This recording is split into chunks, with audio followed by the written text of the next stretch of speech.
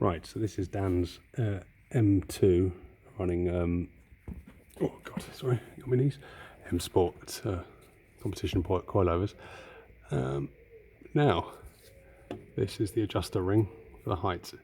In my mind, there should be a secondary locking ring. Normally I deal with aftermarket ones. I don't think I've ever dealt with factory BMW ones before.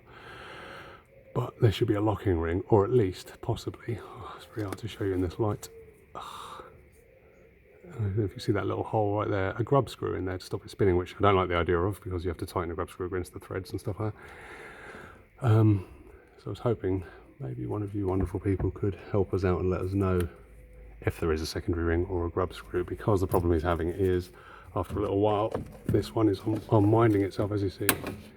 You know, that should not be that easy to unwind, and as he's driving it, it's taken a good few months, but it's wound itself down a little bit and started making horrible noises. Okay, thank you.